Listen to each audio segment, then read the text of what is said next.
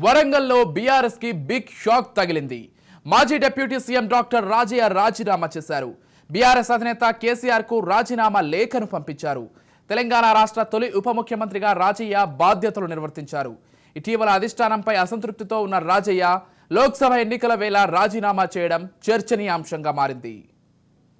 వరంగల్లో బీఆర్ఎస్ కి big shock తగిలింది.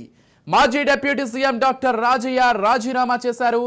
బీఆర్ఎస్ అధినేత కేసీఆర్ కు రాజీనామా లేఖను పంపించారు. తెలంగాణ రాష్ట్ర తొలి ఉప ముఖ్యమంత్రిగా రాజయ్య బాధ్యతలు నిర్వర్తించారు. ఇటీవల అధిష్టానంపై అసంతృప్తితో ఉన్న రాజయ్య లోక్సభ ఎన్నికల వేళ రాజీనామా చేయడం చర్చనీయాంశంగా మారింది. వరంగల్ అయితే బీఆర్ఎస్ కు భారీ షాక్ తగిలిందని చెప్పుకోవాలి. మాజీ డిప్యూటీ సీఎం డాక్టర్ రాజయ్య రాజీనామా చేశారు. దీంతో బీఆర్ఎస్ అధినేత కేసీఆర్ కు ఆయన రాజీనామా లేఖను పంపించారు. మరికొద్ది రోజులు ఆయన కాంగ్రెస్ లో చేరుతున్నట్లుగా కూడా వార్తలు వినిపిస్తున్నాయి. ఇక ఇదే అంశానికి సంబంధించి మరింత సమాచారం అందించడానికి మా ప్రతినిధి సతీష్ ఫోన్ ఇన్ ద్వారా సిద్ధంగా ఉన్నారు. చెప్పండి సతీష్. సంబంధించి జనగామ జిల్లాలోని స్టేషన్ గన్పూర్ నియోజకవర్గ ఎమ్మెల్యేగా పనిచేసినటువంటి మా తెలంగాణ రాష్ట్రానికి సంబంధించి మొదటి డిప్యూటీ సీఎం గా పనిచేసినటువంటి తాడికొండ రాజయ్య బీఆర్ఎస్ పార్టీకి రాజీనామా చేసేందుకు సిద్ధమైనట్టు తెలుస్తా ఉంది. మొత్తానికి దానికి సంబంధించి ఇప్పటికీ రాజీనామా లేఖను మాజీ ముఖ్యమంత్రి కేసీఆర్ కు పంపించేందుకోసం కూడా రంగం సిద్ధం చేసుకున్నట్లుగా తెలుస్తుంది. కొంతకాలంగా పార్టీ వ్యవహారాలతోటి అసంతృప్తిగా ఉన్నటువంటి రాజయ్య బీఆర్ఎస్ పార్టీకి దూరం కావాలని నిర్ణయించుకున్నట్టుగా తెలుస్తా ఉంది.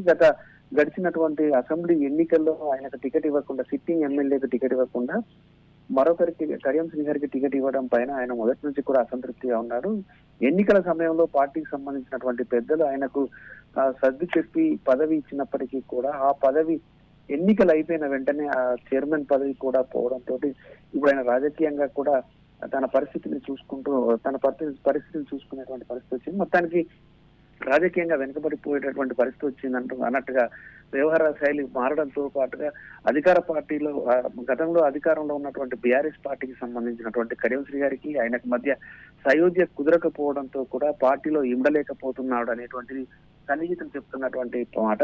మొత్తానికైతే బీఆర్ఎస్ పార్టీకి సంబంధించి అసంతృప్తిగా ఉన్నటువంటి తాడికొండ రాజయ్య పార్టీకి రాజీనామా చేసేటువంటి యోచన, దానికి సంబంధించినటువంటి కార్యాచరణ సిద్ధం చేసుకుని మరి ఈ రోజు పూర్తి స్థాయిలో దానికి సంబంధించినటువంటి రాజకీయ బీఆర్ఎస్ పార్టీకి రాజీనామా చేసేటువంటి అంశానికి సంబంధించి ఆయన కూడా ప్రెస్ ముందరికి వచ్చేటువంటి అవకాశం అయితే ఉంది. విజయ్.